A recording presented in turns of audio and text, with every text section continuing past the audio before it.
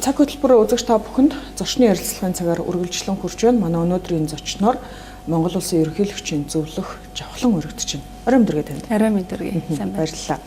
За, хоёулаа бас одоо яг ерөнхийлөгчийн санаачилсан одоо зарим нэг хөтөлбөрүүд те төслүүд дээр одоо ярилцъя гэж бодож байна. Одоо яг өнгөрсөн 2 дугаар сард санаж байна. Үндэсний ногоон лаб гэдэг одоо энэ платформ одоо нээлттэй хийсэн те. Яг энэ платформ ер нь одоо яг ямар ач холбогдолтой юм те. Эндээс одоо нөгөө ямар үр дүн хүлээж байгаа юм ч гэдэг юм уу. Ногоон гэдэг тэгэхээр би бол эрүүл эко одоо юу гэдгийг те. Яг энэ шийдэл рүү илүү явсан платформ юм болов гэж ойлгоод байгаа л да эргүүний хувьд те.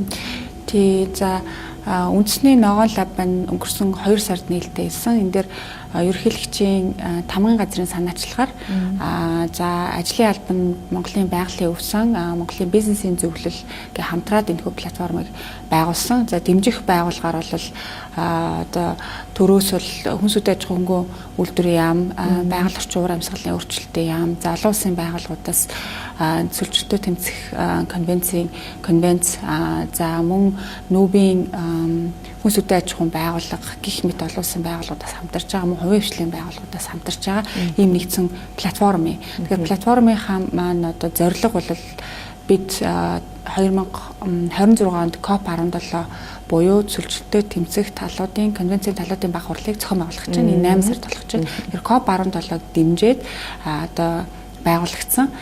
Тэгэхээр одоо COP17-гийн хувьд бол маш олон хөрөнгө оруулагчид болон одоо гадны зочид Монгол улсад хүрэлцэн ирэхээр байгаа. Тэгэхээр энд бол энэ томоохон хурлыг зохион байгуулад Монголд юу үлдэх юм бэ гэх юм бол бид нар бэлтгэл ажлаа хангаад одоо төслүүдийн бэлэн байдлыг хангаад одоо хөрөнгө оруулагчид танилцуулаад эндээс хөрөнгө оруулалт татах юм боломжуудыг хана гэсэн.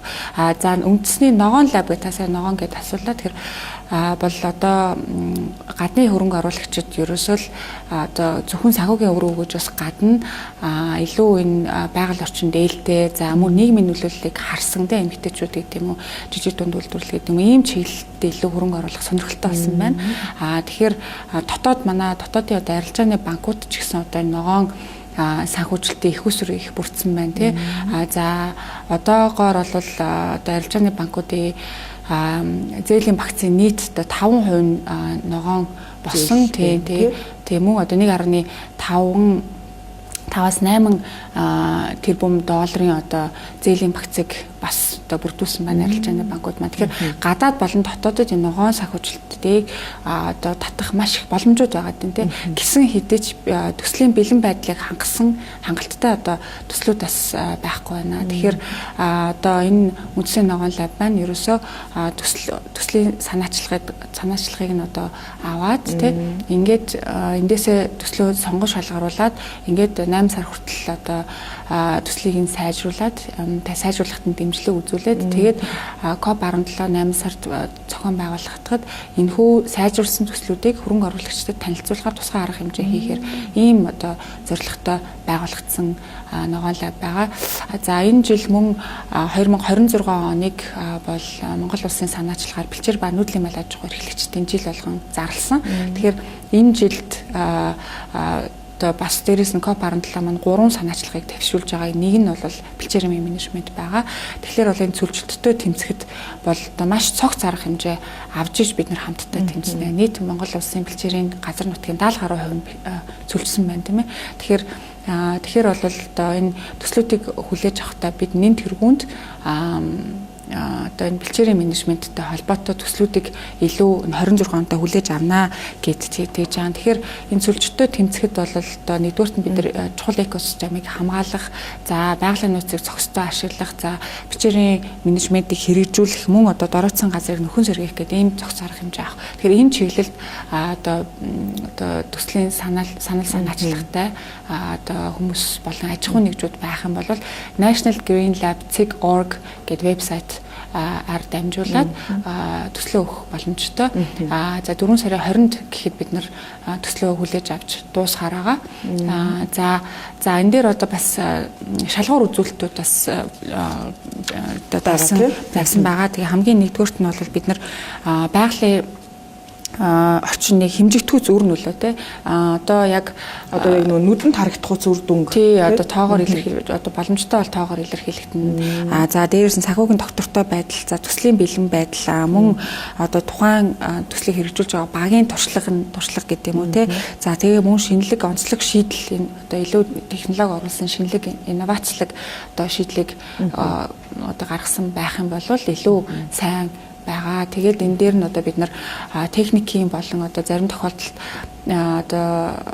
одоо үр нөлөөг хэмжих боломжгүй байх юм. Тэн дээр нь дэмжих үзүүлэх. Эсвэл одоо энэ санхүүгийн модельийг боловсруулахад нь дэмжлэг үзүүлэх гэдэг юм уу те. Тухайн төсөлд нь ямар одоо хэрэгцээ шаардлага юу дэмжих тусалцаа хэрэгцээ байна гэдэг дээр нь бид нар ингээд дэмжиж одоо энэ нь бол үн төлбөргүйгээр те одоо төслийг нь сайжруулахад дэмжлэг үзүүлж байгаа маа гэсэн үг юм тийм. Таны ярианаас би бол ингэж ойлголоо. Одоо хөрөнгө оруулагчдад төслийг танилцуулах хүртэл те хэрвээ үндэсний ногоон лабын одоо сонгон шалгаруулалтаар тэнцэж чадхал юм бол тухайн төсөл бол одоо яг нөгөө инкубатор гэдэг шиг л те бүх талаас нь ингээд дэмжлэг үзүүлээд яваад эцсийн шатндаа яг хөрөнгө оруулагчдад танилцуулахад бэлэн болох. Ийм л үйл ажиллагаа шүү дээ. Энэ бол тэгэхээр одоо яг нөгөө төслийг бичиж байгаа хүмүүс те санаачилж байгаа хүмүүс та тэгээ мэдээж одоо яг энэ бизнес эрхэлж байгаа хүмүүст бол маш том боломж гэж би бол харахаар байна. Тийм юм бэ те. Тэгж ойлголоо. За. Тэгэхээр ногоон яг энэ үндэсний ногоон лаб гэхээр би одоо яг таны ярианаас илүү одоо ногоон те эдийн засгийн ногоон энэ одоо байгаль орчинд ээлтэй гэдэг байдал руу нь явлаа гэж бодоход би нөө ерөнхийлөгчийн санаачилсан тэр бум мод хөтөлбөр байгаа юм байна те. Одоо тэр цагаан алт гэдэг одоо үндэсний бас том юм хөтөлбөр санаачилсан те. Тэгэхээр эдгээр хөтөлбөрүүдтэй бас уялдаж гэнэ үү гэж харлаа л да. За одоо хамгийн нэгдүгüрт нь бол одоо хөрс бол одоо улсын тусгаар тогтнолтой холбоотой асуудал. Тэгэхээр хөрс ирүүл бол хүнс ирүүл бол Монгол хүн ирүүлээ. Тэгэхээр хөдөө аж ахуй бэлчээр үгүй байвал биднэрт ноос нолоор яршир гих мэтчлэн одоо хөдөө аж ахуйн бүтээгдэхүүнүүд үрдүүлэх хоорондоо нэг юм уялдаа холбоотой. Тэгэхээр Монгол улсын ерөнхийлөгч ухнаагийн хурлас их юм уялдаа холбоотой цогц санаачлалуудыг бол төвшүүлээд засгийн газар хэрэгжүүлж ажиллаж байгаа. Тэгэхээр энэ дээр хамгийн нэгдүгüрт нь тэрбум мод үндэсний хөдөлгөөн. За тэрбум мод үндэсний хөдөлгөөн хэрэгжснээс хойш одоо 116 сая модыг дүүцүүлсэн байдлаар болон бодитоор бол тарьсан байна. За мөн одоо хүнсний аюулгүй байдал хүнсний хувьсгал гэд энэ хөдөлгөөн хэрэгжиж эхэлснээс хойш нийтдээ 53 шинэ үйлдвэр шинээр ашиглалтанд орж 1000 гаруй бүтээгдэхүүн одоо шинээр үйлдвэрлэж эхэлсэн байна.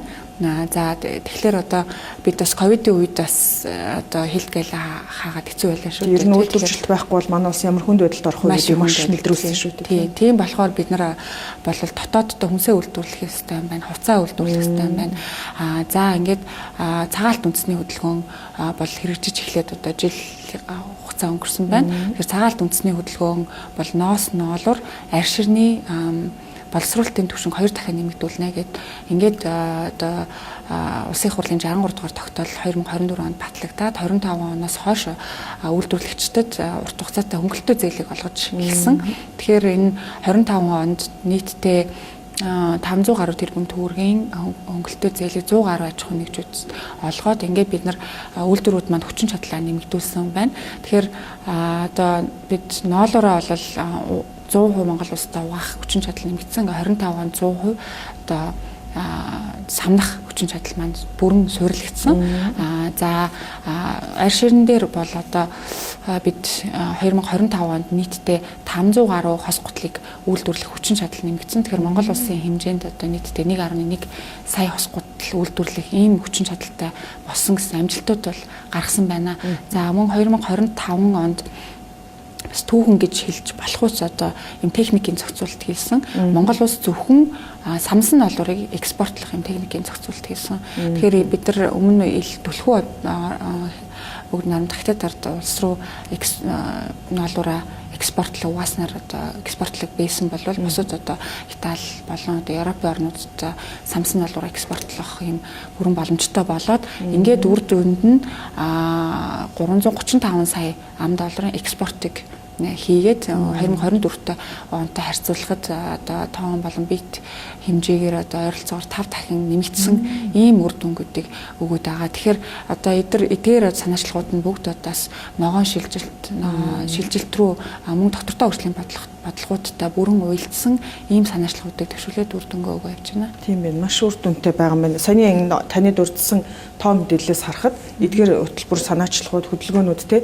ямар одоо үр дүнтэй байсан бэ гэдэг нь бол яг бодит ингээд тоо баримтаар харагдаж байна. За бидний бас ярилцах хугацаа дуусч байна. Би тэгээ таныг бас түрүү нөгөө үндэсний ногоон лабд те төслөө бүртгүүлэх хугацааг бас та хэлээд ах шиг байсан те 4 сарын эднээс гээд та тэр хугацааг бас дахиад яг энэ одоо тэ ярилцлага маань үзээ сууж байгаа хүмүүс дахиад нэг тавтаад хэлэх зүйтэй авах гэж бодож байна. За тэгээ үндэсний ногоон лабд төсөл болон төслийн санаачилгаа 4 сарын 20 гэхэд National Green Lab CIG.org вебсайтаар одоо та бүхэн илгээгээрэй гэж уриалж урьж байна.